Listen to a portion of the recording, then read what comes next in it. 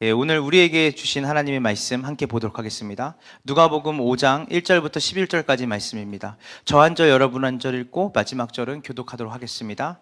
무리가 몰려와서 하나님의 말씀을 들을새 예수는 게네사렛 호숫가에 서서 호숫가에 배 두 척이 있는 것을 보시니 어부들은 배 위에서 나와서 그물을 씻는지라. 예수께서 한 배에 오르시니 그 배는 시몬의 배라. 육지에서 조금 떼기를 청하시고 앉으사 배에 무리를 가르치시더니 말씀을 마치시고 시몬에게 이르시되 깊은 데로 가서 그물을 내려 고기를 잡으라. 시몬이 대답하여 이르되 선생님, 우리들이 밤이 새도록 수고하였으되 잡은 것이 없지만은 말씀에 의지하여 내가 그물을 내리리다 하고, 그렇게 하니 고기를 잡은 것이 심히 많아 그물이 찢어지는지라. 이에 다른 배에 있는 동무들에게 손짓하여 와서 도와달라 하니 그들이 와서 두 배의 채움에 잠기게 되었더라. 시몬 베드로가 이를 보고 예수의 무릎 앞에 엎드려 이르되 주여, 나를 떠나소서, 나는 죄인이로소이다 하니, 이는 자기 및 자기와 함께 있는 모든 사람이 고기 잡힌 것으로 말미암아 놀라고 세베대의 아들로서 시몬의 동업자인 야고보와 요한도 놀랐습니다. 예수께서 시몬에게 이르시되 무서워하지 말라, 이제후로는 내가 사람을 취하리라 하시니, 다 같이 합독할게요. 준비 시작. 그들이 배들을 육지에 대고 모든 것을 버려두고 예수를 따르니라. 아멘. 제가 PPT는 3절부터 줬는데 1절부터 읽으면 좋을 것 같아서 제가 읽었습니다. 잠깐 마이크 끄고 이게 우리가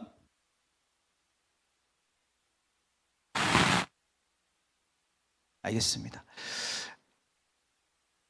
네, 2010년도에 그 이제 국제 대회가 우리나라에서 열렸는데요. 그 국제 대회 때 국제 대회 강사로 그 아프리카 전체의 그 목회를 담당하는 데이비드 자크 니링기에라는 분이 그때 우리나라 선교 컨퍼런스 때 이제 설교자로 오셨는데요. 그분이 그때 그 컨퍼런스의 주제가 뭐였냐면, 그러므로 너희는 가서라고 하는 마태복음 28장에 그러므로 너희는 가서 모든 족속으로 가서, 아시죠? 그 주님의 대위임령을 가지고 그 당시에 선교한국이라고 하는 그 대회 컨퍼런스의 주제를 그러므로 너희는 가서로 했어요. 근데 이 대회를 주최하는 주최 측이 우리 이번 대회의 주제를 그러므로 너희는 가서로 정했는데, 이 주 강사로 오신 그 아프리카 목회자분이 첫날 오자마자 이 제목이 틀렸다고 하는 거예요. 이 주제가 틀렸다. 우리는 주님이 그러므로 너희는 가서라고 하는 가라라고 하는 명령이 먼저가 아니라, 사실은 우리는 어디로 가야 되냐면 오라로 가라. 오라. 자, 그래서 마태복음 28장 19절, 우리가 마태복음을 보면 마태복음의 끝이 주님의 지상 대위임령으로 끝나죠. 그러므로 너희는 가서 모든 족속을 제자 삼아서 내가 분부한 모든 것을 가르쳐 지키고 세례를 주고 제자를 삼으라. 세상 끝날까지 내가 너희와 함께 있으리라. 그래서 우리는 언뜻 보면 가라, 고, 나이키 정신이 있어요. 나이키. 우리가 나이키 브랜드가 있죠. Just do it. 단지 그것을 해라. 그러니까 고 패러다임에서 벗어나야 된다. 왜냐하면 마태복음 28장에서 시작하면 안 되고, 마태복음 4장 19절에 뭐라고 말하냐면 말씀하시되 나를 따라오라. 그러니까 가라가 먼저가 아니라 come. 부르심을 먼저 받아야 돼요. 그러니까 부르심을 받지 않는 사람이 가면 문제가 되는 거예요. 그래서 우리는 항상 마태복음 28장으로부터 내가 뭔가를 주님을 위해서 해야 된다는 생각을 해요. 그리고 내가 가서 선교도 하고 전도도 하고 기도도 하고. 그런데 어떤 사람이 가야 되냐면, 마태복음 처음에 주님이 제자들을 부르실 때 나를 따라오라 라고 하는 그 부르심을 받은 사람이 뭐 한다는 거예요? 가야 된다는 거예요. 그래서 고가 먼저가 아니라 컴이 먼저라. 그래서 우리가 전략을 많이 외쳐요. 어떻게 하면 개척교회에 많은 사람들이 올 수 있게 전도 전략을 짤까? 아니면 우리가 어떻게 하면 전 세계 열방에 복음을 전하기 위해서 어떻게 하면 좋은 선교 전략을 짤까? 어떻게 하면 우리가 더 친교와 우리의 사랑을 나누기 위해서 우리가 어떻게 하면 친목을 도모하는 좋은 프로그램과 전략을 짤까? 근데 전략은 도구예요, 도구.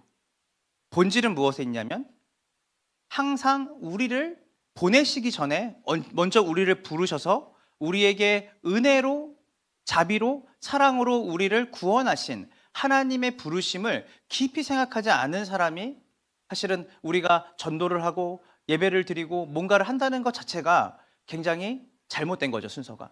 그래서 주님이 제자들을 보내는 것이 마태복음 28장의 끝에라면 우리는 끝으로부터 시작하면 안 되고 마태복음에 주님이 제자들을 처음 부르실 때 마태복음 4장 19절에 뭐라고요? 말씀하시되 나를 따라오라. 그래서 그 따라오라고 하는 그 부르심을 우리가 늘 생각하지 않으면 자칫 잘못하면 행동주의로 간다는 거예요.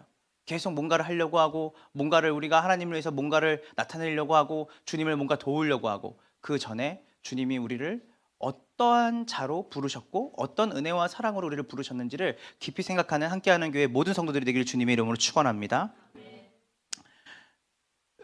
제가 이 오늘 여러분들에게 소개할 인물이죠.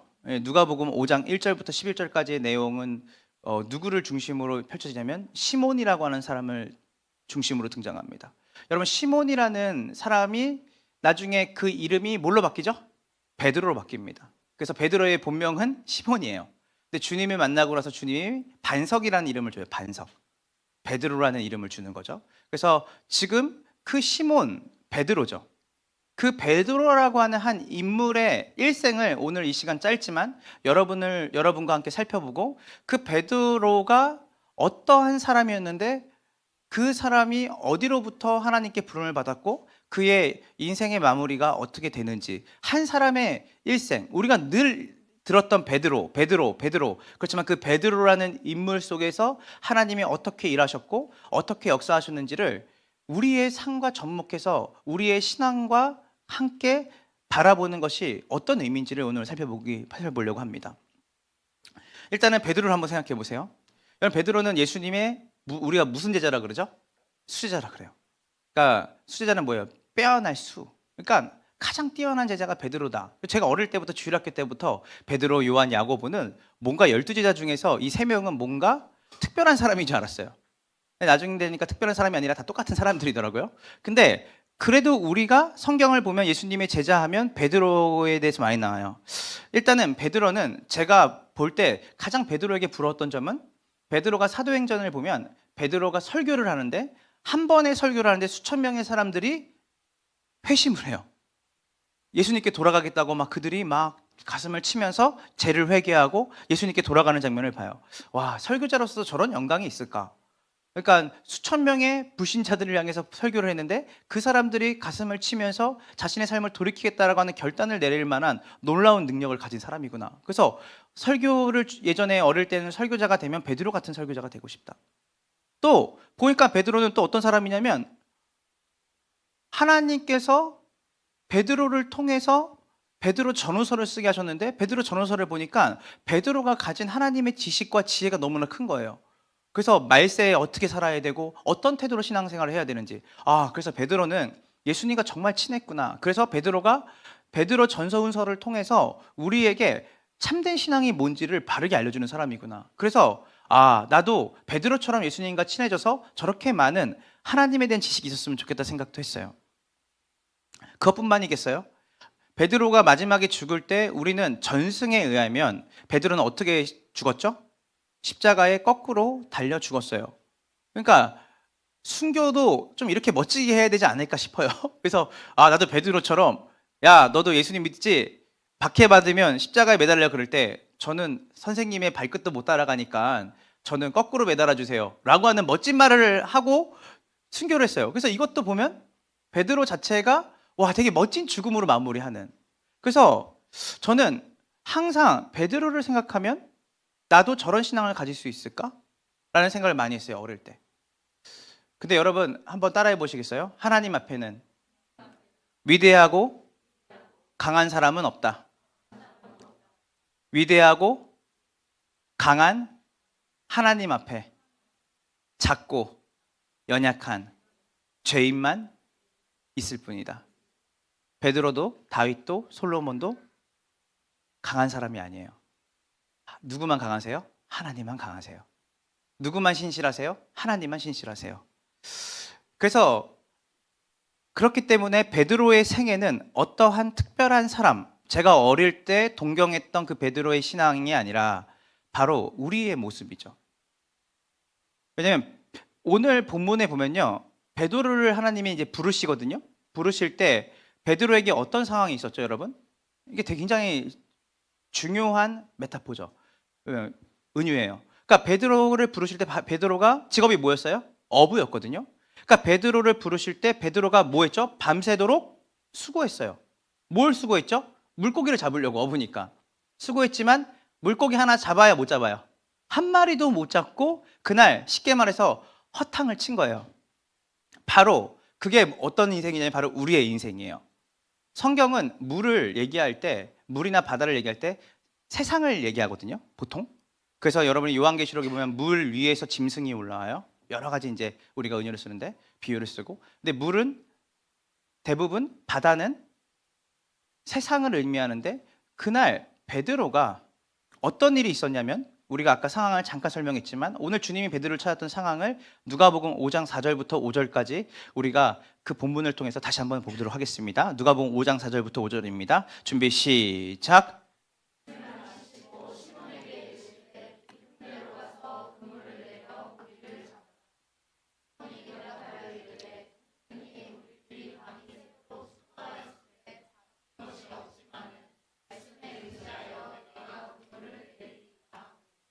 네. 그러니까 우리의 인생 가운데 내가 내 인생의 그물에, 내 인생의 배에 내가 무언가를 내 노력과 열심으로 채우려고 해도 채워지지 않는 인생의 한 실존을 얘기하는 거죠. 그토록 내가 노력을 해도 내 인생의 배에, 인생의 그물에 무언가를 가득 만족하리만큼 채울 수 없는 그 비참한 밤을 보냈죠, 베드로가. 그래서 예수님이 그냥 물고기를 잡다가 한 마리도 못 잡는, 쉽게 말해서 세상적으로 봤을 때 실패한 그런 어떤 어부에게 찾아온 것이 아니라 한 인생에게 찾아온 것이거든요. 작은 물고기 한 마리도 잡을 수 없는 밤. 그런데 예수님이 그 인생에게 찾아오셔서 누가복음 5장 6절부터 8절까지를 통해서 우리에게 무엇일까를 또 얘기하시기 원하세요. 한번 다 같이 볼게요. 준비 시작. 그렇게 하니 고기를 잡은 것이 심히 많아 그물이 찢어지는지라. 이에 다른 배에 있는 동물들에게 손짓하여 와서 도와달라 하니 그들이 와서 두 배의 채움에 잠기게 되었더라. 시몬 베드로가 이를 보고 예수의 무릎 아래에 엎드려 이르되 주여 나를 떠나소서 나는 죄인이로소이다 하니. 자, 여러분 이 본문을 잘 보셔야 돼요. 자, 여러분 이 베드로가 생각할 때, 시몬이 생각할 때, 시몬과 시몬의 그 동료들을 생각할 때 본인들 스스로는 전문성 있는 사람이죠. 어부로 평생 살았기 때문에. 그리고 대대로 그 베세다라고 하는 그 동네에서 이들은 어부로 가졌던 사람들이에요. 그러니까 예수라는 분이, 그러니까 우리가 눈으로 생물학적으로 봤을 때는 이분이 목수 출신이고, 그리고 이분이 뭔가를 가리키는 랍비로서 이미 활동을 했어요. 그 풀뿌리로. 근데 그렇다고 해서 물고기에 관해서, 그리고 쉽게 말해서 그 어부라고 하는 그 업에 관해서는 예수님보다는 누가 한 수 위에요? 자기들이 생각할 때 본인들이죠. 와, 우리 원영이가 지금 입을 벌려서 저한테 대답을 했어요. 네, 맞아요. 이 시몬이 한 수 위죠. 근데 예수님이 뭐라고 말하냐면, 너네 뭐하냐 했더니 밤이 맞도록 수고했는데 물고기 한 마리도 잡을 수 없는 나를 지새웠습니다. 그랬더니 주님이 뭐라냐면, 그러면 깊은 곳에 가서 그물을 던져볼래? 근데 여러분, 우리가 많은 부분을 설명하지 않지만 여러분, 밤에는 물고기가 깊은 곳에 있고, 이 당시에, 이 시대의 이 위치에요. 낮에는, 오전에 해가 뜨면 어떻게 돼요? 물고기가 얕은 데로 와서 살아요. 그러니까 제가 뭘 말하냐면, 상식적으로 예수님이 말씀하신 명령은 깊은 데로 가서 그물 던져볼래? 사실은 베드로 입장에서는 받아들일 수 없는 상황이에요. 왜냐하면 깊은 곳에 가서 그물을 던져야 되거든요, 오히려. 그런데 주님이 뭐라 그래요? 반대로 얘기하시는 거예요. 지금은 물고기가 깊은 데에 있는 게 아니라 얕은 곳에 있어야 되는 그 자연적 환경이란 말이에요. 근데 베드로가 뭐예요? 순종해요. 자, 여러분이 되게 중요해요. 순종해요. 말도 안 되는데 베드로가 순종을 하는데, 순종하고 나니까 어떤 게 벌어져요? 그물이 찢어질까 말까 할 정도로 많은 물고기들이 그 그물에 가득 잡히는 걸 보게 돼요. 이해돼요? 여기서 중요해요. 인간의 노력과 열심으로는 물고기를 잡을 수 있었어요, 없었어요? 없었어요. 그런데 누구의 말씀에 순종하니까 그의 배에 물고기가 가득 찼어요. 예수님이 말씀하신 대로 순종하니까 그의 인생의 배에 풍성하고 부요한 하나님이 주시는 그 만족함이, 부요함이 그에게 있었다는 거예요. 자, 그랬더니 베드로가 뭐라고 말해요? 예수의 무릎에 아래 엎드려 이르되 주여 나를 떠나소서 나는 죄인이로소다 하니. 여러분, 이게 되게 읽어보면 문맥적으로 잘 안 맞는 것 같잖아요. 그냥 물고기 많이 잡았으면 선생님 여기서 제가 월급을 드릴 테니까 여기서 계속 저한테 물고기 어디서 많이 잡는지 알려주세요, 이런 반응이거나, 감사합니다가 하는데 감사합니다라는 고백을 해야 되는데 뭐라고 말하냐면 저는 죄인이니까 저를 떠나소서. 이 말은 뭐냐면 베드로가 뭘 느낀 거냐면요, 인간적 차원에서 불가능한 일을 저분의 말에 따라서 순종하니까 자기의 가지고 있는 실력과 노력보다 월등하게 부유하고 풍성한 만족감과 부유함을 느낀 거예요. 그러니까 뭐냐면 저분은 나와는 다르다라고 하는 마음이 생긴 거예요. 여러분, 우리가 거룩이란 얘기를 할 때 우리는 거룩을 깨끗함으로만 이해하거든요. 근데 거룩의 가장 중요한 건 뭐냐면 차별성과 구별됨이에요. 그러니까 사실은 하나님이 거룩하시다라는 말은 어떤 의미가 있냐면 하나님은 우리와 다르다라는 거예요. 하나님은 우리와 같은 피조물과 다르신 높고 위대하고 깨끗하신 분이고 그리고 강대하신 분이며 그분은 창조주라는 말이 그 거룩함에 있거든요. 하나님 거룩하세요. 그 말은 뭐냐면 하나님은 우리 인간들과 다르세요 라는 의미예요. 베드로가 뭘 느낀 거냐면 이분 쉽게 말해서 사람이 아니구나. 이분 내 경험과 지식으로는 납득이 할 수 없는 분이구나. 그래서 그 신적인 신적인 하나님의 능력을 경험하고 나서 바로 무릎을 꿇고 이 말한 겁니다. 당신은 우리와 다른 분이시군요. 당신은 우리와 같은 부류의 사람이 아니시군요. 자, 여러분, 이 짧은 본문에 뭐가 들어있냐면 우리 인생이 들어있는 거예요. 밤이 맞도록 수고하지만 내 인생에 채워지지 않는 낙심과 허무와 그리고 내 삶의 좌절 속에 살아가는 우리의 삶이에요. 어떤 것으로도 우리의 삶에 만족을 줄 수 없어요. 저는 여기 우리 사랑의 기쁨이 선언은 뭔가 소망이 있는 것 같아요. 아이들이 내일이면 뭔가 좋은 일이 벌어지지 않을까? 우리가 좀 더 크면 세상이 이렇게 되지 않을까? 제가 로봇 태권브이를 얼마 전에 유튜브로 그 실사 영화처럼 찍은 거를 기쁨이하고 선우하게 보여주면서 제가 이렇게 얘기했어요. 우리가 지구가 침략할 때, 침공을 받을 때 외계인한테 이 로봇 태권브이가 우리를 지켜줄 거야. 그랬더니 얘네 둘이 자기 들어본 기억이 있대요. 그러더니 어디서 나오는지 찾아보니 국회의사당에서 나오더라고요. 그러니까 애들이 그걸 보더니 오 막 그래요. 사랑이가 와서 뭔가 한마디 하려고 그러길래 제가 사랑이를 못 오게 했어요. 왜냐면 사랑이는 이미 그 동화에서 깨어났거든요. 그래서 이 아이들이랑 같이 우리가 동화 속의 나라에 막 살았어요. 거기서 로봇 태권브이가 태극 1장도 하고 2장도 하고 하더라고요. 그래서 저건 어떻게 하는 거냐 그러길래 태권도 열심히 배운 아이가 저 안에 들어가서 태권도를 하면 저 로봇가 움직인다고 하니까 자기도 태권도 열심히 해야겠대요. 지구를 지키기 위해서. 자, 얘네들은 뭐가 있냐면 꿈이 있고 소망이 있고 그리고 자기들이 꿈꾸는 공상세계가 있어요. 근데 여러분, 나이가 들어가면 들어갈수록 맛있는 걸 먹어도 그때는 좋지만 그 다음에는 계속 그것이 반복된다고 생각하니까 우리 안에 뭐가 있어요? 크게 기대가 없죠. 여행지도 마찬가지예요. 제가 해외여행을 처음 갔던 게 2008년도에 처음 갔거든요, 중국을. 그때 진짜 핸드폰 메모리가 없을 정도로 제가 사진을 그렇게 많이 찍었어요. 근데 지금은 어디 나가면 사진을 별로 안 찍습니다. 왜냐면 이제는 해외에 나간다고 해서 한국이랑 별 다를 바가 없고 우리나라가 가장 좋은 나라라는 걸 이제 알게 됐어요. 그래서 이제는 어디 나갔다 오면 뭐 찍었어? 그러면 뭘 찍어? 그냥 뭐 갔다 왔지. 제가 무슨 말을 하고 싶냐면 우리의 인생은 사실은 불교에서 말하는 고해와 같은 인생이에요, 사실은. 그러니까 인생이 연수가 더한다고 해서 우리의 삶의 기쁨이 더 커지고 소망이 더 커질까? 그렇지 않죠. 진짜로 진짜 구도자들, 하나님을 만나지 못하고 진실되게 자기의 인생의 배의 그물에 배에 가득 채워지는 주님으로부터 오는 만족함과 기쁨과 소망을 가져보지 못한 사람들의 특징은 뭐냐면 인생을 마무리할 때 밤이 맞도록 내가 수고했지만 내 손에 잡힌 것이 아무것도 없구나. 공술의 공수거로 가는 거예요. 고해로 가는 거예요. 고통이구나, 인생은.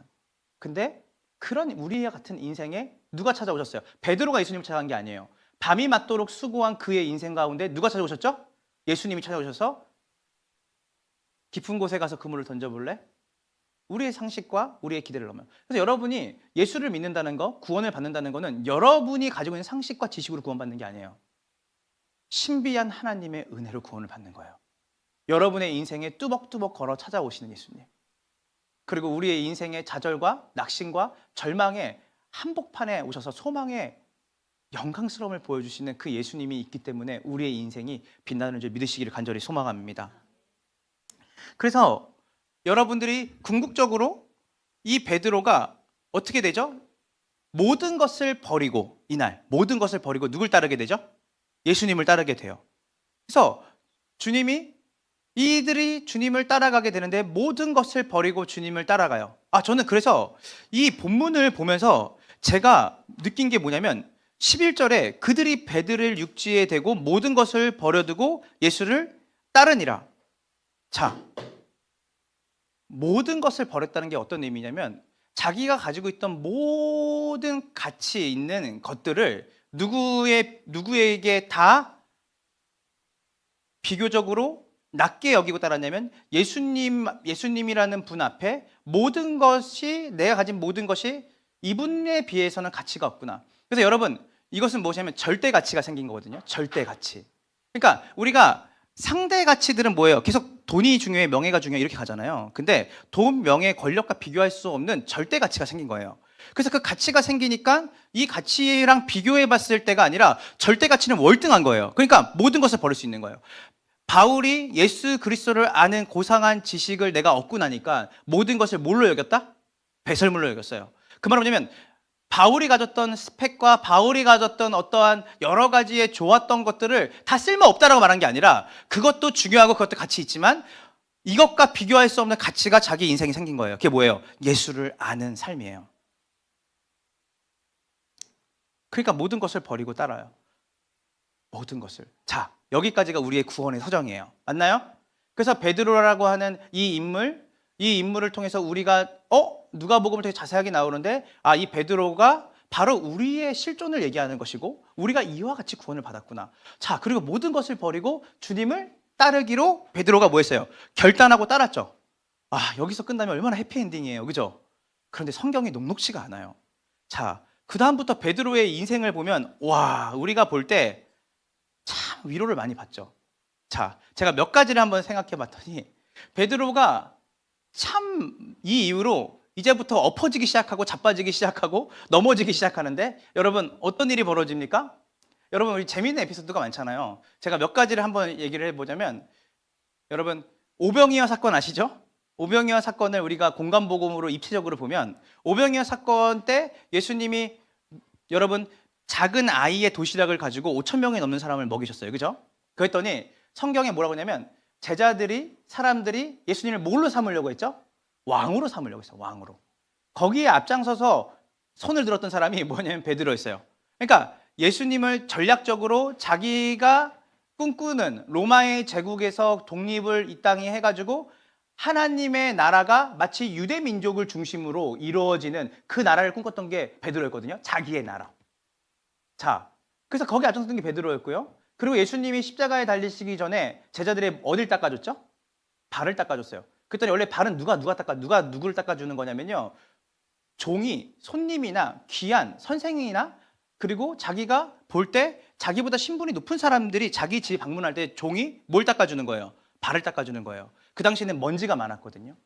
중동 땅이었고 그리고 신발을 우리처럼 지금 이렇게 신고 다녔던 때가 아니에요. 그럴 땐 발이 늘 더러웠기 때문에 그 가장 손님을 접대할 때 가장 기본 중에 기본이 뭐냐면 종들이 하는 일은 발을 닦는 거예요. 근데 예수님이 제자들의 뭘 닦아줬어요? 갑자기 수건을 여기 허리춤에 누시고 제자들의 발을 닦아줬어요. 그랬더니 베드로가 성경은 항상 베드로 중심으로 쓰여지는 것 같아요. 그때보다 베드로가 아니 저는 제 몸을 이렇게 제 발을 닦아준다니 말도 안 됩니다 했더니 예수님이 뭐라 그러세요?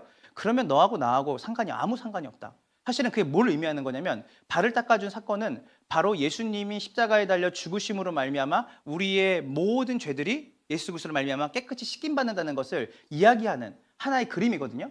그랬더니 베드로가 예수님 발을 닦으니까 선생님 닦아주지 마세요. 이거는 선생님이 닦아주실 게 아니에요. 딱 했는데 예수님이 이러면 너와 나는 아무 상관이 없다 했더니 베드로가 뭐라 그래요? 갑자기 빨가벗더니 온몸을 닦아달라는 거예요. 이런 멍청한 놈이에요 사실.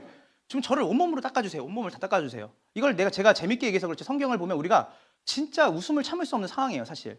그리고 여러분 잘 아시는 것처럼 예수님 잡혀가는 그날 밤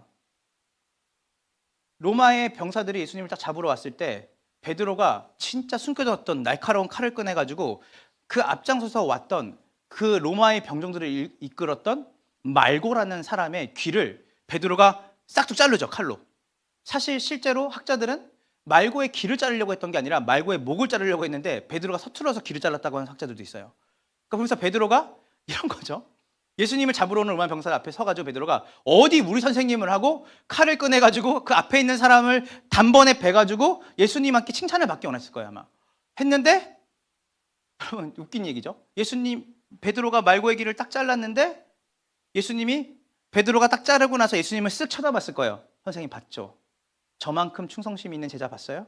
자, 이제는 주님이 능력을 발휘할 때입니다. 이렇게 하고 쳐다봤을 거예요. 근데 주님이 베드로가 칼로 쳐서 떨어뜨린 귀가 땅에 떨어지자마자 예수님이 바로 잡아가지고 말고의 귀를 다시 붙여주세요. 여러분, 우리 생각해 봐야 돼요. 이 베드로가 머릿속에 도대체 이분 누구지?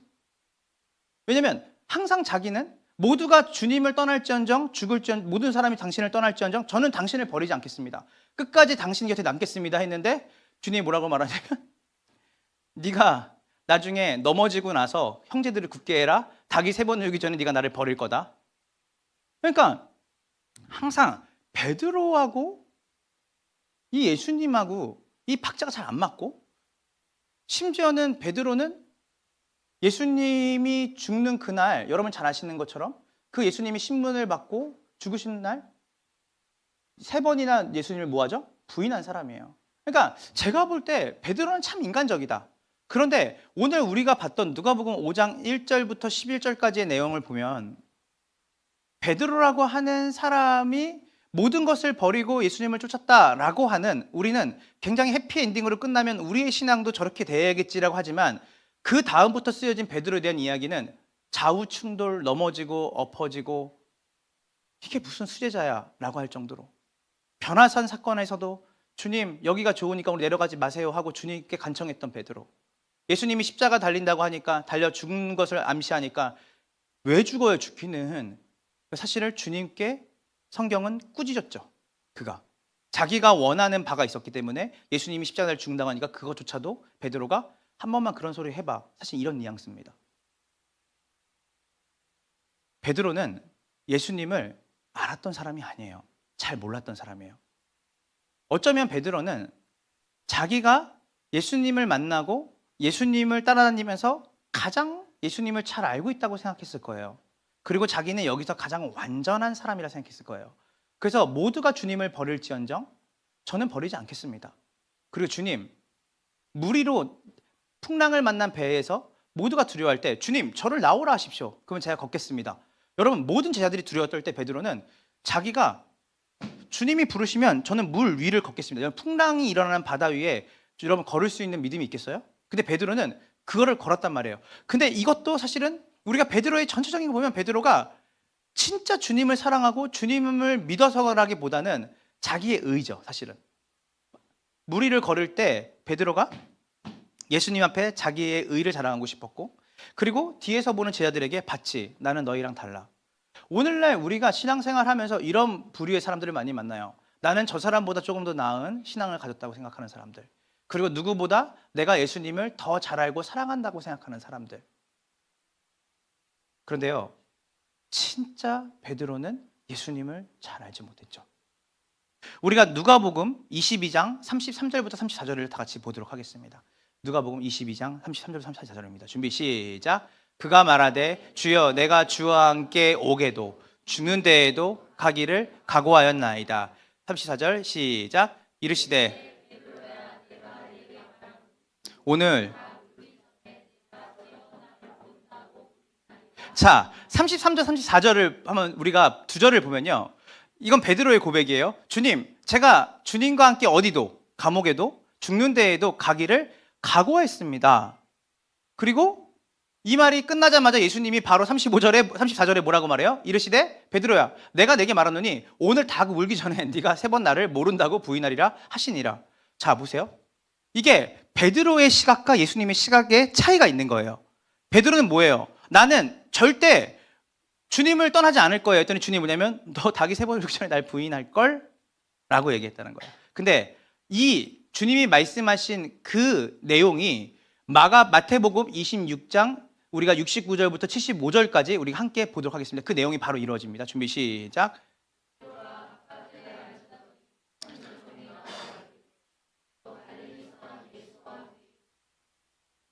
베드로가 모든 사람 앞에서 부인하여 이르되 나는 내가 무슨 말을 하는지 알지 못하겠노라 하며 앞문까지 나아가니 다른 여종이 그를 보고 거기에 있는 사람들에게 말하되 이 사람은 나사렛 예수와 함께 있었도다 하매 베드로가 맹세하고 또 부인하여 이르되 난 그 사람을 조금 후에 섰던 사람들이 나와 베드로에게 이르되 너도 진실로 그 도당이라 내 말소리가 너를 하거늘 그가 저주하며 맹세하여 이르되 나는 그 사람을 알지 못하노라 하니 곧 닭이 울더라. 이에 베드로가 예수의 말씀에 닭 울기 전에 내가 3번 나를 나서 밖에 나가서 심히 통곡하니라. 아멘. 여러분, 베드로가 모든 것을 버리고 주님을 따랐을 때, 그리고 주님, 내가 주님을 위해서라면 옥에도 가고 주님을 위해서는 죽겠습니다. 자, 질문입니다. 베드로가 모든 것을 버리고 주님을 따랐고, 그리고 내가 주님과 함께 옥에도 가고 주님을 위해서는 내가 생명도 버릴 수 있습니다 라고 했던 이 말이 베드로가 거짓이었을까요? 진심이었을까요? 맞아요. 베드로는 진심이었어요. 그래서 베드로가 75절에 밖에 나가서 통곡한 거예요. 자, 중요한 건 뭐냐면 여러분, 성경은 우리에게 진심과 실력을, 우리의 능력을 크게 쳐주지 않아요. 자, 다시 한번 얘기할게요. 베드로는 진심이었어요. 자, 여기서 물어볼게요, 여러분. 여러분, 주님을 위해서 여러분 전부를 드릴 마음이 있으시죠? 진심이죠? 근데 여러분, 하루를 살다 보면 주님을 위해서 전부를 드리는 날보다 여러분이 주님을 팔아먹는 날이 더 많으시잖아요. 그럼 뭐가 진심이에요? 중요한 건 뭐냐면 우리가 진심을 말하는 것이 중요한 게 아니라 우리는 그 진심을 지킬 만한 실력이 우리에게 없다는 것을 아는 게 중요해요. 베드로는 진심이었어요. 저는 오늘도 우리가 주님 앞에 산자와 죽은 자를 심판하러 보시며 우리의 전부 되신 예수님을 믿습니다. 그 고백은 진심이죠. 그러나 여러분들이 실제로 삶을 살아갈 때 여러분의 입술에 진실된 그 고백이 여러분 삶 가운데 적용이 되어지고 여러분이 그것을 붙잡고 살아갈 실력이 여러분에게 있어요, 없어요? 없어요. 그래서 성경은 우리에게 진심과 실력보다 더 중요하게 우리에게 말씀하는 게 뭐냐면 오라, 나는 공고한 사람이다. 내 마음으로는 하나님을 원하되 내가 행동하는 건 뭐예요? 하나님의 법과는 다른 법으로 사는 거예요. 이게 바로 우리예요. 그래서 성경이 우리에게 원하는 것, 하나님이 진짜 우리에게 원하시는 게 뭐냐면 잘 들으세요. 진심과 열심이 있어야 돼요. 그러나 그거보다 더 중요한 건 뭐냐면 궁극적으로 나는 내가 말한 그 고백대로, 내가 처음에 피가 끓어서 행동한 그것대로 저는 살 수 있는 실력과 힘이 제게 없습니다. 그래서 뭐냐면 궁극적으로 하나님께 매달리는 거예요. 신앙은. 심령이 가난한 자가 왜 복이 있겠어요? 자기 힘으로는 살아갈 수 없다라고 하는 좌절이 있는 거예요. 베드로는 뭐가 있었냐면 자기가 그렇게 살 수 있을 줄 알았어요. 선생님과 함께 옥에도 가고 선생님이 죽을 때 자기도 같이 죽을 수 있는 그 진심이 베드로가 있었다고요. 그런데 목숨이 위협받는 그 자리에 서니까 베드로가 저 몰라요. 사실 우리가 누가복음 22장 61절 62절을 보면 그 상황이 더 극적이게 드러나거든요. 한번 볼까요? 누가복음 22장 61절 62절. 아까 우리가 이게 공간복음을 다 같이 살펴봐야 입체적으로 볼 수 있거든요. 그러니까 베드로가 주님이 말씀하신 게 응했다는 것을 마태복음에서 우리가 알았다면 누가복음은 조금 더 그 장면을 클로즈업해서 보여줘요. 다 같이 볼게요. 준비 시작. 주께서 돌이켜 베드로를 보시니, 이게 언제예요? 언제 보신 거예요? 베드로가 3번을 부인한 거예요. 이미 부인하고 나서 주님이 줄에 묶여서 포박당해서 나오시다가 베드로가 막 진짜 마지막에는 계집종 앞에서 막 옷을 찢으면서 내가 예수를 알면 정말 내가 대대손 저주를 받을 거고 하나님께 끊길 거야 라고 하는 그런 저주를 어린 계집종 앞에서 예수님을 부인하고 났는데 예수님이 그 장면을 하자마자 닭이 울고 예수님이 베드로 옆을 지나가시는 거예요. 그 장면이에요. 61절 62절입니다. 다 같이 시작. 주께서 돌이켜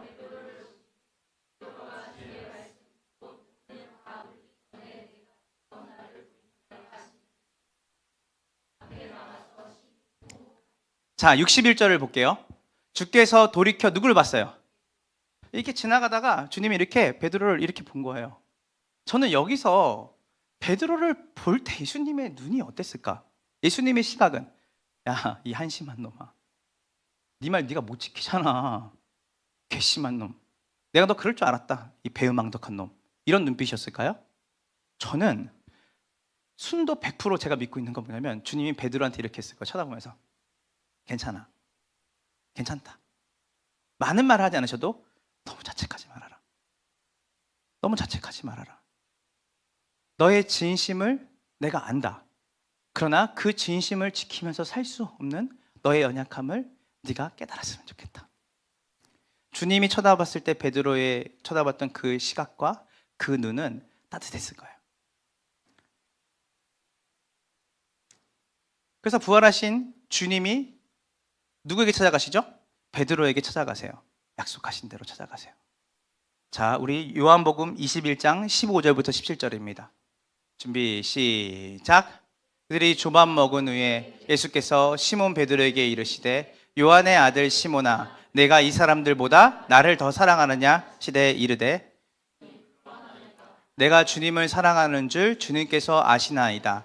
이르시되 내 어린 양을 먹이라 하시고 또 두 번째 이르시되 요한의 아들 시몬아 내가 나를 사랑하느냐 하시니 이르되 주님 그러하나이다. 내가 주님을 사랑하는 줄 주님께서 아시나이다. 이르시되 내 양을 치라 하시고 세 번째 이르시되 요한의 아들 시몬아 네가 나를 사랑하느냐 하시니 주께서 세 번째 내가 나를 사랑하느냐 하심으로 베드로가 근심하여 이르되 주님 모든 것을 아시오매 내가 주님을 사랑하는 줄을 주님께서 아시나이다. 예수께서 이르시되 내 양을 먹이라.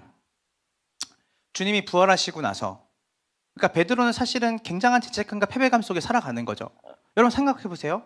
누가복음 5장에서 모든 것을 버리고 주님을 따랐고 내가 오게도 주님을 향해 주님과 함께 갈 것이고 주님이 죽으시면 함께 저도 죽는 자리까지 갈 겁니다라고 하는 그 고백을 했던 베드로가 처참하게 사내들인 공의에서 무너지잖아요. 그죠?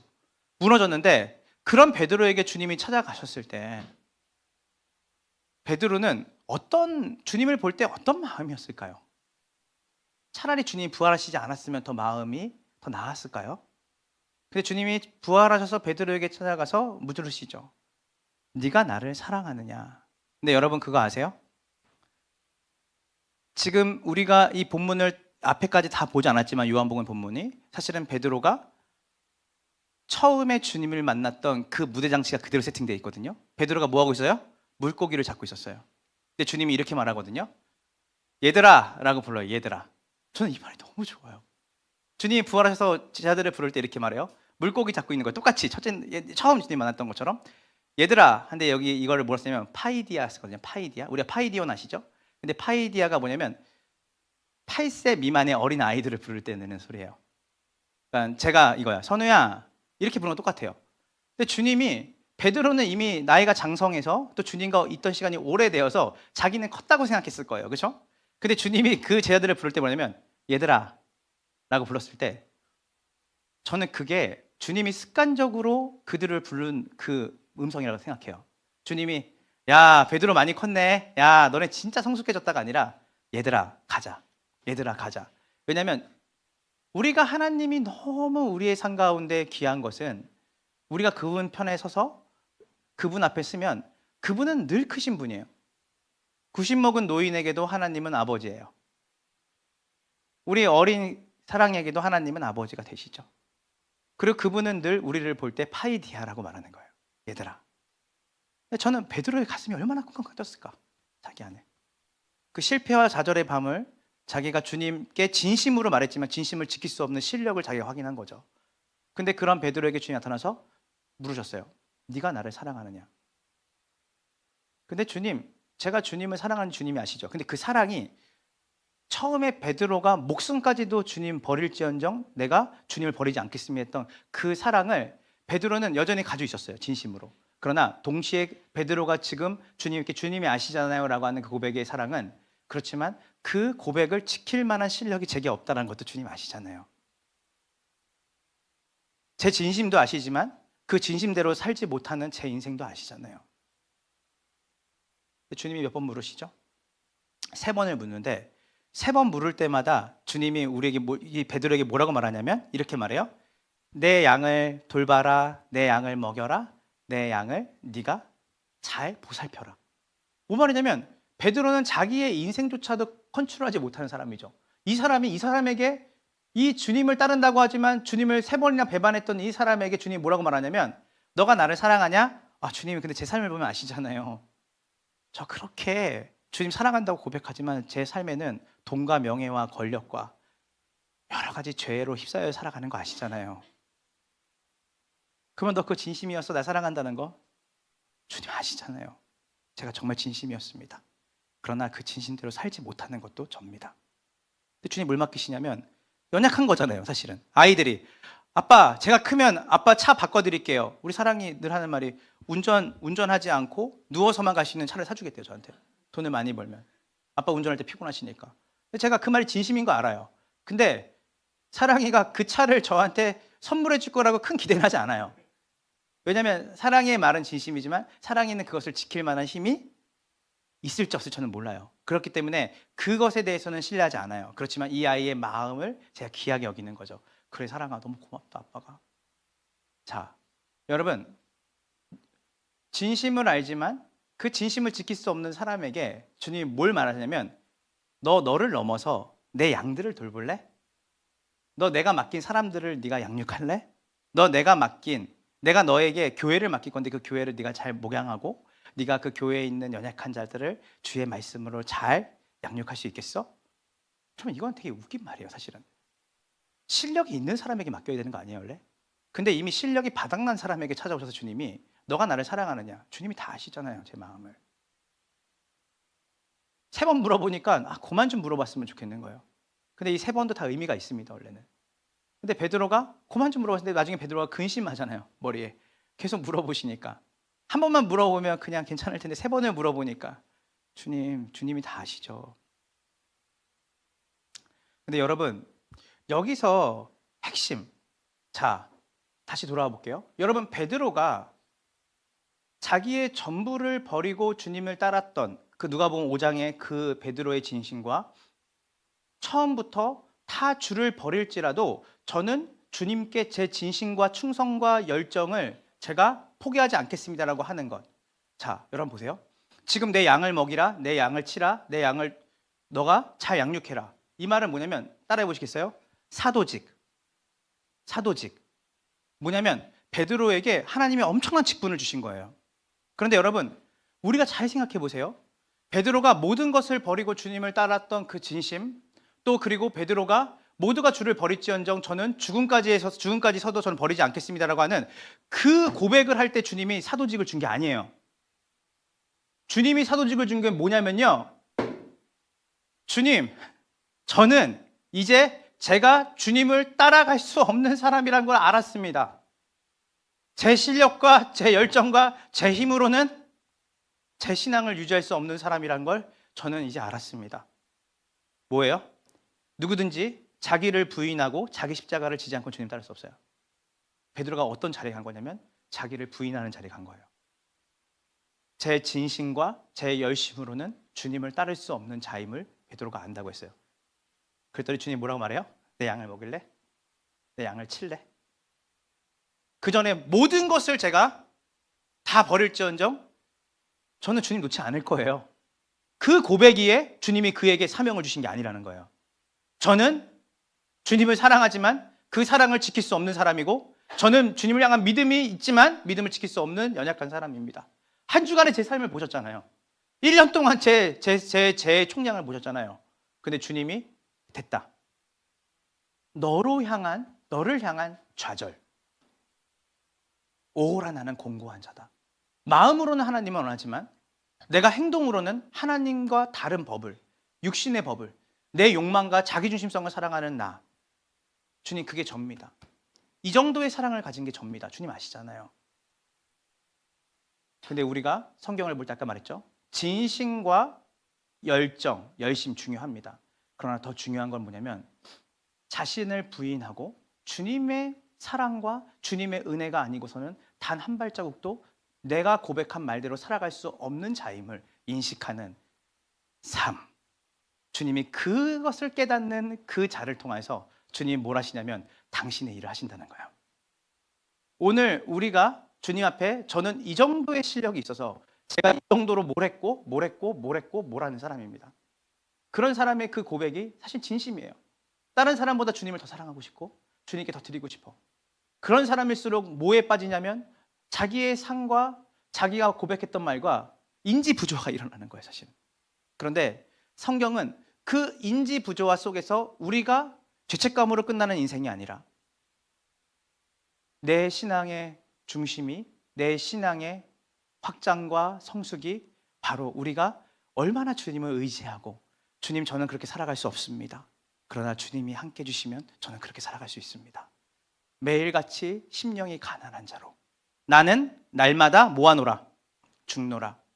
바울의 그 신앙 고백 위에 하나님께서 바울이 예상하지 못하고 나는 살인자요, 박해자요, 비방자요, 나는 가장 작은 자다. 그러나 하나님이 이 만삭과 같은 자를 통하여서 복음을 하나님이 온 세상에 전하는 사도직을 주신 거예요. 어떤 게 그 바울을 바울 되게 했을까요? 바울이 가지고 있는 언어 실력일까요? 이거는 본질 놓친 거예요. 바울이 가진 로마의 시민권일까요? 아니에요. 이건 본질 놓친 거예요. 바울을 하나님이 보실 때 바울을 높이려고 성경을 기록하게 한 게 아니에요. 바울을 통해서 우리가 볼 수 있는 건 뭐냐면 바울은 나의 나 된 것은 오직 하나님의 은혜라. 바울은 끊임없이 자기가 자기의 삶을 하나님의 은혜 없이는 살아갈 수 없는 자임을 인식했던 사람이에요. 주님이 말씀하신 신앙이에요. 내가 모든 성도들 중에 가장 지극히 작은 자라. 바울은 그렇게 인식하고 살았어요. 그렇기 때문에 바울은 우겨쌈을 당하고 여러 가지 해와 어려움을 당해도 그것에 대해서 뭐 했냐면 자기가 연약하고 어렵고 힘들고 부족한 사람이기 때문에 오히려 그런 일을 당하고 어려운 일을 당하고 자기 안에 부족함을 느낄 때마다 약할 때 강함 되시는 주님께로 나아갔던 사람이에요. 우리는 항상 신앙 고백이나 찬양을 드릴 때 우리 중심으로 우린 고백할 때가 많거든요. 하나님 제가 주님을 얼마나 사랑하는지 아세요? 주님 제가 얼마나 주님을 위해서 제 열정과 열심을 드리고 싶은지 아세요? 예, 맞아요, 여러분. 너무 중요해요.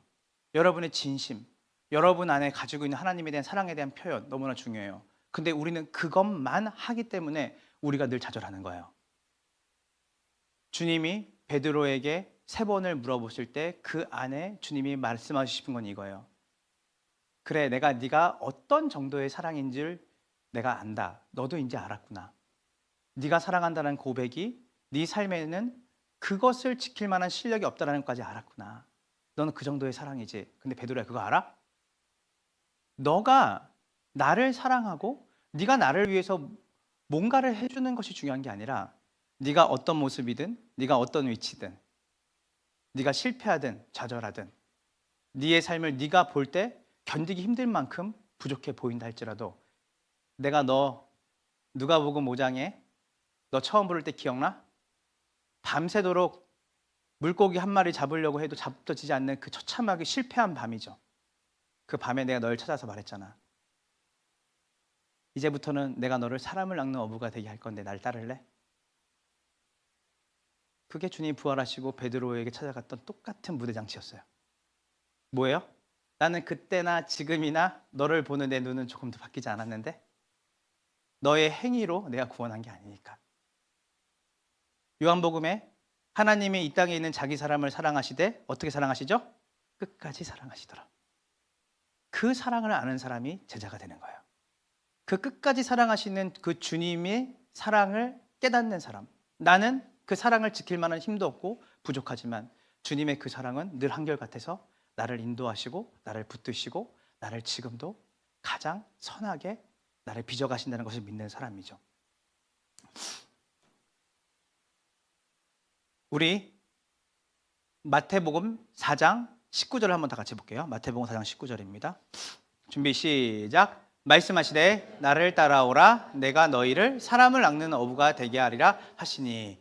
연대 시간적으로 보면 이게 가장 첫 번째거든요. 나를 따라오라. 근데 여러분 요한복음에 주님이 21장의 끝마무리에 베드로에게 마지막으로 하신 말씀이 있어요. 요한복음 21장 19절입니다. 준비 시작. 이 말씀을 하심은 베드로가 어떠한 죽음으로 하나님께 영광을 돌릴 것을 이 말씀을 하시고 베드로에게 이르시되, 자, 여보세요? 우리는 주님이 가라고 하는, 내가 뭔가를 주님을 위해서 나가서 열심히 교회 봉사하고 섬기고 뭔가를 해야 한다는 그 패러다임에 갇혀 있거든요. 근데 여러분 아세요? 주님이 제자들을 처음 부를 때도, 베드로를 처음 부를 때도 팔로우 미, 나를 따를래? 그리고 주님이 베드로하고 마지막 대화를 기록한 요한복음에도 나를 따라라. 똑같죠. 여러분, 저는 이제 말씀을 좀 마무리하려고 하는데요.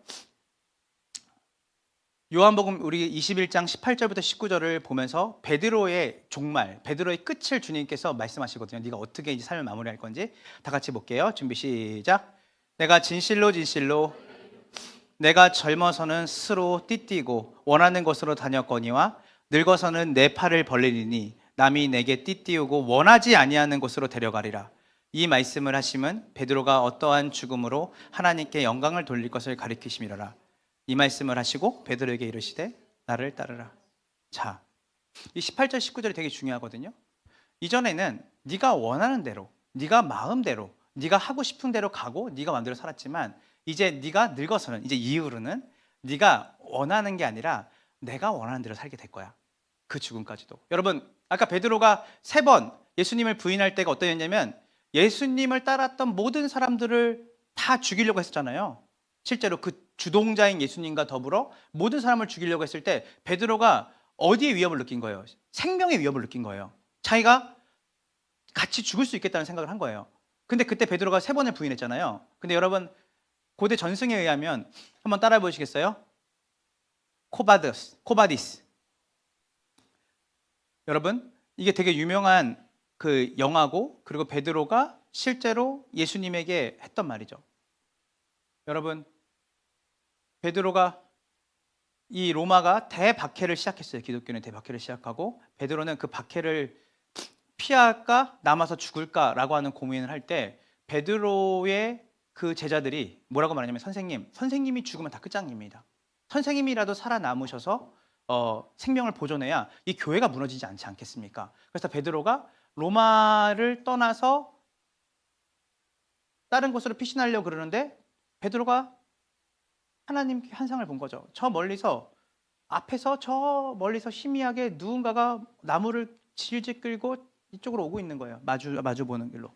그래서 베드로가 점점점 가까워지는 거예요. 그게 봤더니 누구냐면 십자가를 메고 오시는 예수님이었어요. 봐보세요.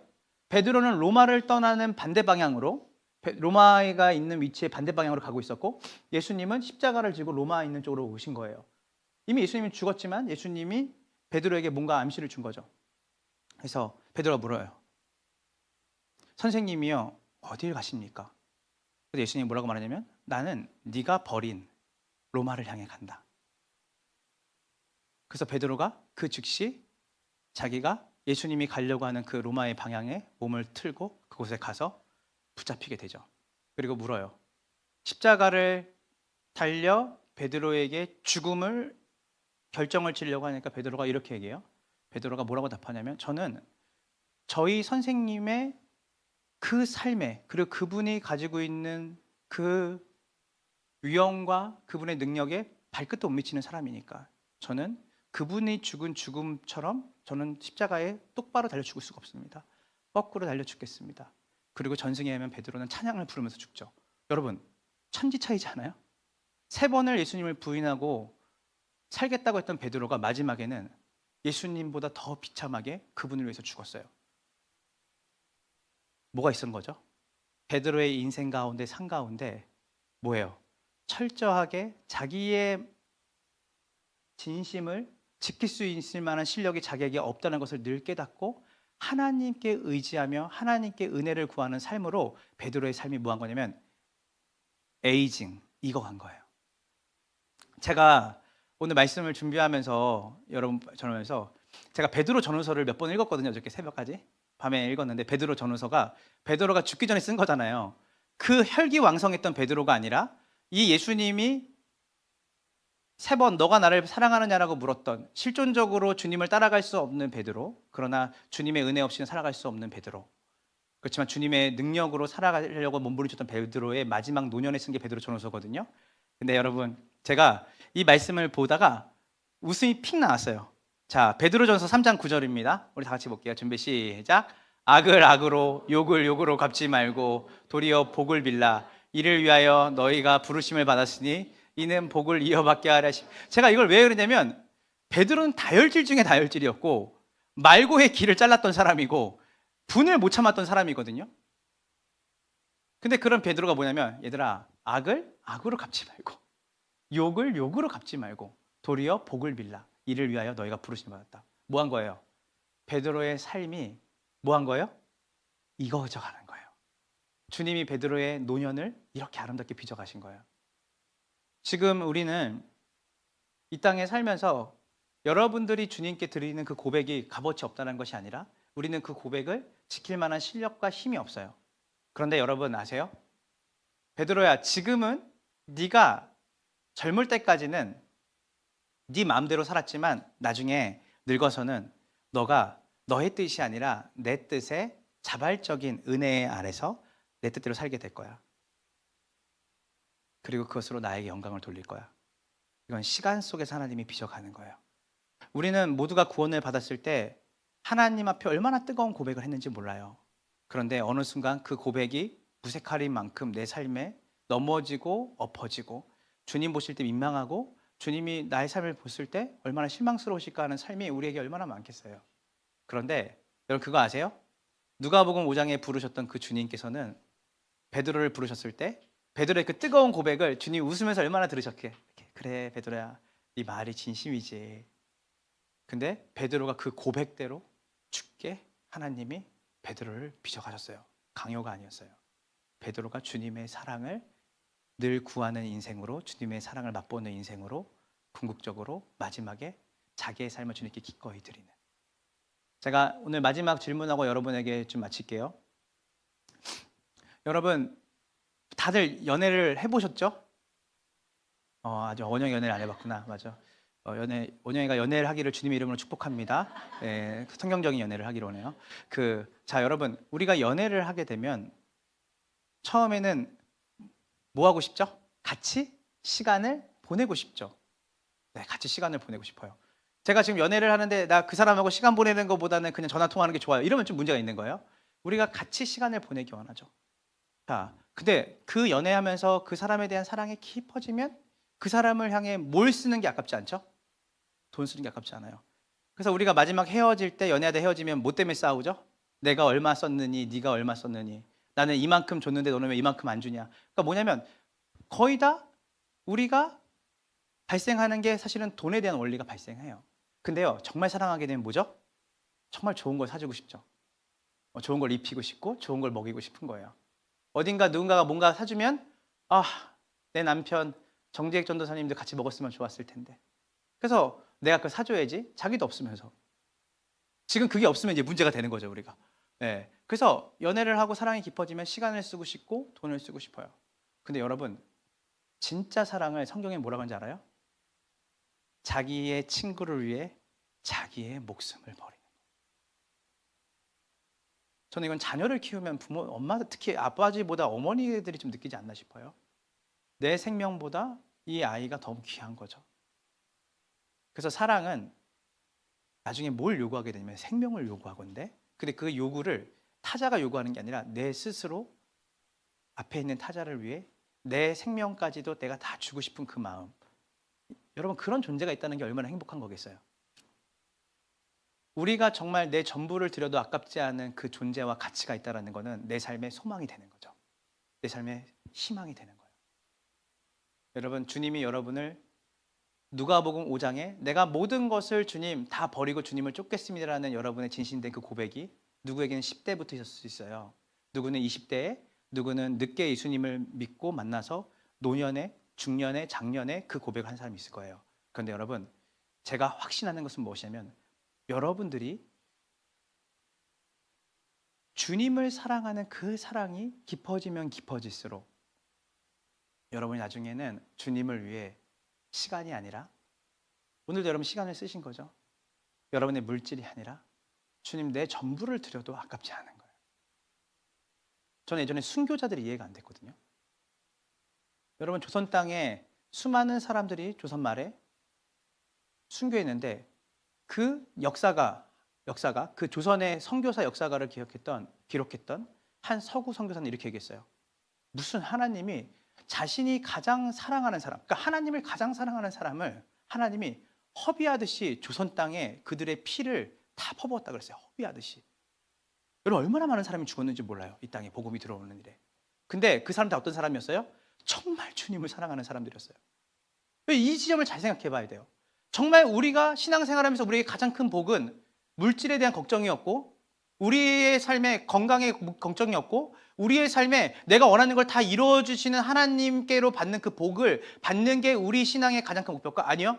신앙의 가장 큰 복은 뭐냐면 내가 전부를 줘도 내 생명까지도 아끼지 않고 줘도 아깝지 않을 하나님과의 깊은 사랑의 관계에 있는 것이 우리의 인생의 가장 큰 복인 줄 믿으시길 소망합니다. 저는 여러분들이 시간을 드리는 게 아깝지 않고 물질을 드리는 게 아깝지 않고 더 나아가서 내 전 삶을 주님께 드려도 아깝지 않을 당신. 20대를 생각해 보니까 20대의 기억이 별로 없어요. 그러니까 전도만 하고 살았어요. 30대 별로 기억이 없어요. 그러니까 WG와 첨단 교제식 교회를 빼면 제 삶에 딱히 뭐 재밌는 거 한 기억이 없습니다. 이제 40이 됐어요. 이제 빼도 박도 할 수 없는 40대가 됐는데 이 40대도 그렇게 살기 원해요. 기억나는 거는 내가 얼마나 많은 것들을 누렸고 얼마나 많은 것들을 가졌고 그것이 아니라 내가 주님 앞에 20대 때는 이만큼 드렸는데 내가 40대 되니까 우리 가족과 우리 아이들까지도 우리 전부가 하나님의 기쁨이 되고 소망이 되는 그 자리로 가기를 소망하고 이 함께하는 교회가 개척하고 여러분의 삶이 우리 교회 성도들의 삶이 정말 주님 앞에 붙들림 받아서 우리의 진심이 실력이 되는 그 삶으로 여러분들이 전적으로 하나님을 의지하는 복된 인생으로 살아가기를 우리 모두가 사랑과 선행으로 격려하며 기도하며 나가는 복된 우리 성도들이 되기를 주님의 이름으로 축원합니다. 우리 함께 찬양하고 우리 기도하며 나갈 텐데요.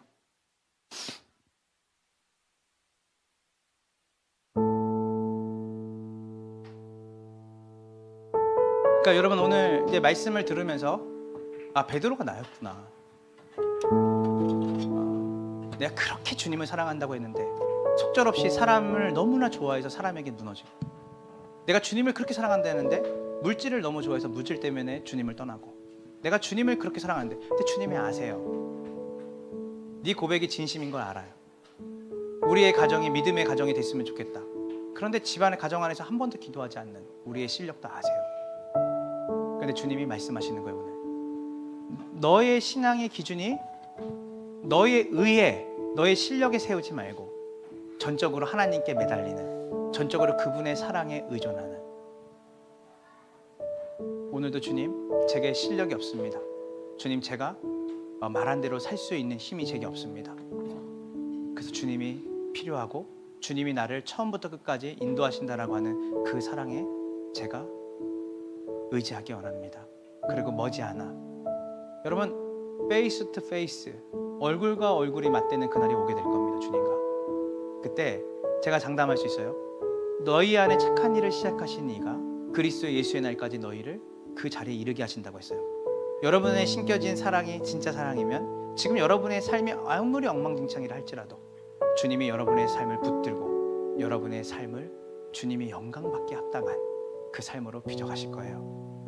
그 소망이 여러분 자신의 실력이 있는 것이 아니라 이신칭의 은혜로 구원을 받았기 때문에 은혜로 빚어가실 거고 은혜로 완성하실 거예요. 그게 소망이 안 되면 여러분의 실력에 계속 의존해야 되잖아요. 성경은 처음부터 베드로를 대단한 사람, 위대한 사람이 말하지 않죠. 아까 기억하시죠? 하나님 앞에 위대한 사람은 단 한 명도 없어요.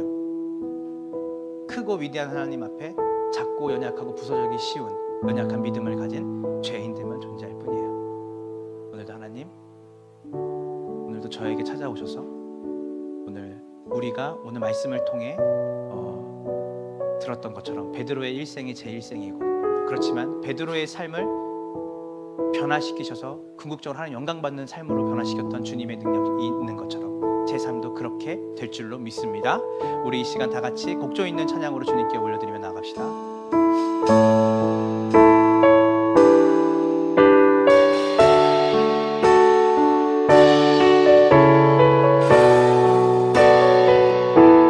주가 보이신 생명의 길, 주가 보이신 생명의 길, 나 주님과 함께 상한 마음을 들이며 주님 앞에 나아가리.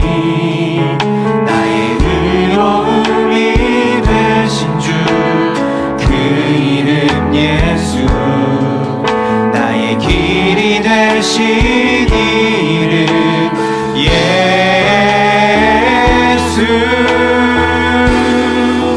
나의 길 오직 그가 아시나니.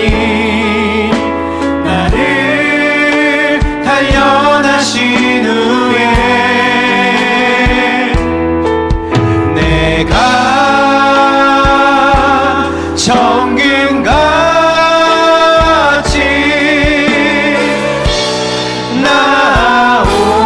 나오리라.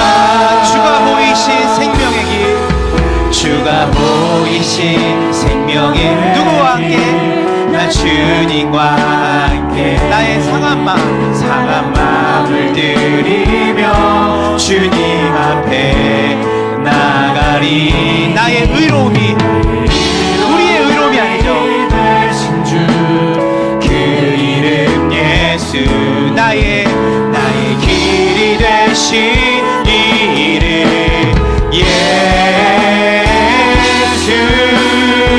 오직 나의 길 오직 그가 아시나니.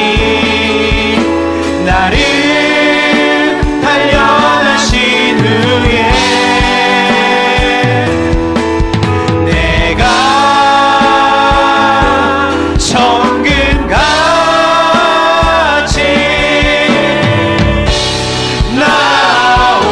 나오리라. 나의 길 오직 그가 아시나니. 나의 길 오직 그가 아시나니.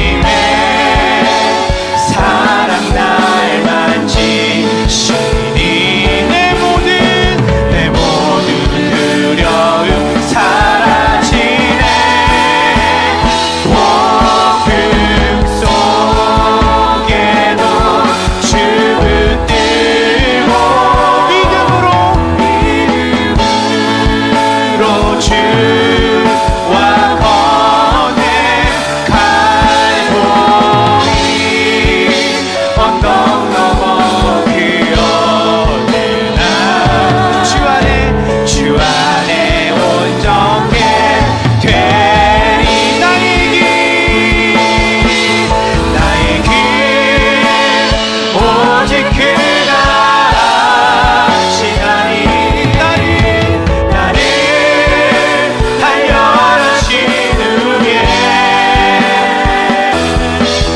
내가 정금같이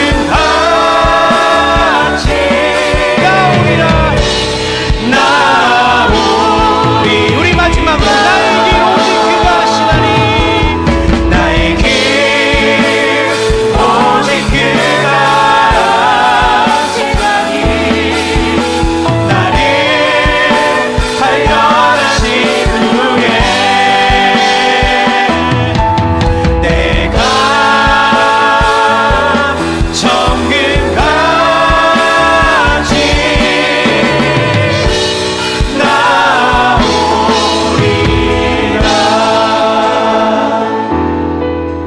우리 이 시간 다 같이 기도하며 나갈 때 우리 첫 번째 기도하며 나갑시다. 모두가 주를 떠날지언정 저는 주를 버리지 않겠습니다. 주님, 제 진심이었습니다. 살아도 주를 위해 죽어도 주를 위해 산다는 게 진심이었는데 삶의 무게가 너무나 무겁네요. 주님, 실존 앞에서 생명 앞에서 하나님, 제가 그 진심을 지키기가 너무 쉽지 않습니다. 근데 주님, 그것을 인정하고 싶지 않았나 봅니다. 내 힘으로 사랑할 수 있다 생각했고, 내게 열정이 있어서 복음을 전할 수 있다 생각했고, 내게 열정이 있어서 예배자로 살 수 있는지 알았습니다. 근데 오늘 알았습니다. 제 열정은 없습니다. 제가 말했던 진심도 사실 행함이 없으면 거짓이죠. 그러나 그 고백을 내뱉게 하신 분이 주님이시고, 그 고백대로 살 수 있는 힘을 주시는 분도 주님이신 것을 오늘 알았습니다. 그리고 궁극적으로 그 작고 작은 연약한 베드로가 결국은 주님의 영광이 되어지는 그 삶으로 주님께 드려지는 것을 보면서, 아, 내게도 소망이 있구나. 신앙이라는 거는 구름 위를 걷는 게 아니라 늘 치열한 삶 속에서 넘어지고 엎어지지만 내 힘으로 되지 않고 주님께 매달리고, 나보다 나를 더 잘하시고 날 사랑하시는 주님의 사랑 안에 머물 때 내가 비로소 주님이 원하시는 제자의 삶을 살 수 있구나. 제자란 힘이 강하거나 능력이 있거나 종교 생활을 열심히 하는 사람이 제자가 아니라, 진짜 제자는 주님께 잘 붙어있고 매달리고 주님 없이는 살 수 없다라고 고백하는 사람이 제자라는 것을 알았습니다. 오늘 주님 우리에게 물으십니다. 네가 나를 사랑하느냐? 주님 아시지 않습니까? 내 양을 먹일래? 내 양을 칠래? 그런 존재로 네가 살아가기 원한다. 너에 대한 건강한 좌절을 갖거라. 그렇지만 그 좌절로 끝나는 것이 아니라 소망이 내게 있음을 고백하는 인생으로 살아라. 오늘 이 시간 주님 앞에 잠잠하게, 하나님, 제가 베드로와 같은 인생입니다. 그러나 이 베드로 같은 인생을 반석으로 세우시는 것은 우리의 의로움에 있지 않고 하나님의 능력에 있음을 봅니다. 오늘 그 하나님이 내 하나님 되심을 감사하고 그렇게 주님을 의지하는 인생으로 한 주간 살기를 우리 간구하며 주님께 나아갑시다. 오 하나님, 그렇습니다. 오늘도 하나님 말씀을 통해서 내 삶이 피 하나 잡히지 않는 그 칠흑 같은 어둠의 밤을 하나님 맞이하는 허무함과 좌절의 인생 가운데 주님이 우리에게 찾아오셨습니다. 깊은 곳에 가서 금을 던져라. 주님, 우리의 구원을, 우리가 주님을 만나고 우리 안에 소망이 되었던 것을 기억합니다. 그때 우리는 말했습니다. 주님, 제가 주님 위해 전부를 드릴 수 있을 것 같습니다. 주님 위해 살겠습니다. 그런데 주님, 나이를 먹고 인생을 너무 살면서 하나님 내 힘으로 주님을 따라갈 수 없음을 고백합니다. 하나님, 그래서 기독교 신앙은 일을 시작하신 여호와, 일을 이루시는 여호와, 일을 완성하시는 여호와, 그 하나님의 도우심과 하나님의 은혜는 하나님 붙잡고 매달리지 않으면 너희가 나를 떠나서는 아무것도 할 수 없다라고 하는 주님이 그 강함을 붙잡지 않고는 우리 힘으로 살아갈 수 없는 약한 자임을 고백합니다. 하나님, 오늘 이 복된 주일에 우리를 부르셔서 우리를 부정하시는 하나님의 사랑이 오늘 우리의 삶 가운데 깨달아지고 우리의 삶 가운데 그 사랑으로 회복되는 시간 되게 하여 주시옵소서. 주님 은혜를 붙잡아 주시고 전적으로 주님께 매달리는 인생, 전적으로 주님 앞에 나아가는 인생, 주님 전적으로 우리의 약함을 붙들고 주님께 나아가 주님의 강함을 받는 우리 이 시간 이어서 기도했으면 좋겠습니다. 여러분 너무 존귀한 사람이에요. 여러분, 예수님께서 시몬에게 베드로라는 이름을 주셨을 때 여러분 그 어부가 자기 이름을 반석이라고 받았을 때 그게 납득이 됐겠습니까? 자기는 늘 기회주의자였고 자기중심적으로 살았던 사람이고, 반석은커녕 모래 위에 그 짓는 그 집을 무너뜨리는 모래처럼, 모래와 같은 인생 가운데 주님이 찾아서 너를 내가 베드로라 부를 거다. 여러분은 뭐라고 물으시냐면, 내 자녀다, 너는 내 거다, 너는 내 사랑하는 딸이다, 내 사랑하는 아들이다, 너의 거룩함을 내가 온 세상 가운데 나를 통해서 보여줄 거다. 너는 존귀한 자다. 세상이 말하죠, 너는 존귀하지 않다. 세상이 말하죠, 너는 가치가 없다. 세상이 말하죠, 네가 짓게. 주님 말씀하시죠, 요한의 아들 시몬아, 이제부터 내가 너를 베드로라 부르겠다. 장서가, 사랑아, 기쁨아, 이제 너희를 내가 나의 자녀라 부르겠다. 내 것이라 부르겠다. 나의 유업을 상속받는 자로 내가 부르겠다. 오늘 이 시간 하나님, 내 안에 있는 망가짐, 부서짐, 피곤함, 자존감, 열등감 다 떨어지고 낮아지는 그 가운데 주님이 우리에게 오늘 말씀하십시오. 내가 너를 사랑하느냐, 네가 나를 사랑하냐 묻지 않으시고, 내가 너를 사랑한다. 내가 너를 사랑한다. 내가 너를 사랑한다. 내가 너를 사랑한다. 주님이 베드로에게 그 말을 하려고 오신 거예요. 오늘 이 복된 주일에 하나님의 사랑으로 회복되어지는 여러분의 심령이 되기를 소망합니다. 오늘 이 시간 다 같이 고백하며, 내가 주님 안에 있습니다, 주님의 사랑 안에 머물러 있습니다. 그 고백을 하며 주님 저를 아름답게 빚어가시고 저를 이루실 그날을 제가 소망합니다. 갈보리 언덕 넘어 그 어느 날 저는 주님과 더불어 온전케 되는 날이 반드시 올 것입니다. 그날을 소망합니다. 그날을 이루도록 주님께 저를 보호하시고 인도하실 것입니다. 그 주님의 말씀에, 언약에 여러분의 손을 꽉 부여잡고 오늘 하나님의 그 사랑 안에 머무는 여러분의 삶이 되기를 기도하며 나아갑시다. 다 같이 기도하며 나갑시다. 오 하나님, 오늘 이 시간 하나님, 시몬, 요한의 아들 시몬아, 내가 너를 이제부터 베드로라 부르겠다. 장서가, 아무개, 이 함께하는 교회 성도들아, 너희의 삶을 너희가 판단하지 말라. 너희의 삶을 너희가 가치를 매기지 말라. 주변 사람이 너희에게 뭐라고 말하든, 가장 가까운 사람들이 너에게 뭐라고 폄하하든, 내가 너를 내 딸로, 내 아들로 내가 너를 삼았다. 예수 그리스도를 보내서 너는 가치가 있다. 내가 너를 그렇게 빚어가겠다, 만들겠다. 내가 너를 회복시키겠다. 내가 너를 사용하겠다. 내 양을 먹일래? 내 양을 칠래? 내가 너에게 내 교회를 맡기겠다. 내가 너에게 복음을 맡기겠다. 네 삶이 어찌하든, 네가 어떤 가족을 만났든, 네가 어떤 인생을 살았든 상관없어. 내가 너를 지목해서 불렀다. 너는 내 것이다. 내가 너를 존귀케 하겠다. 내가 너를 영원롭게 하겠다. 하나님, 이 시간 한 주 동안 우리의 삶에 무엇을 가지고 무엇을 우리가 놓쳤느냐에 우리의 자존감과 우리의 가치를 매기는 것이 아니라 예수 그리스도가 우리를 부르셨고 하나님의 우리를 그 깊은 바닷가에서 하나님 물고기를 잡으려고 잡을 수 없는 그 당신과 좌절의 밤에 주님이 뚜벅뚜벅 우리를 찾아오셨어. 깊은 곳에 가서 그물을 던지지 않을래? 내가 너의 인생을 채우겠다. 내가 너의 인생을 부욕해 하겠다. 나를 바라봐라. 나를 봐라. 내가 너를 반석으로 만들겠다. 내가 너를 통해 내 교회를 세워가겠다. 내가 너를 통해서 내 나라를 확장시키겠다.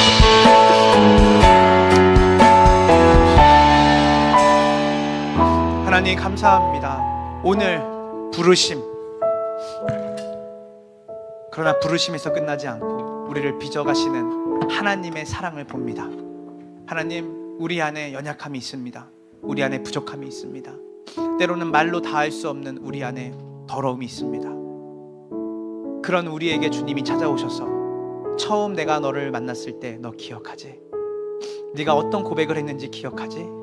그때 네 환경과 상황이 어땠는지 너 기억하지?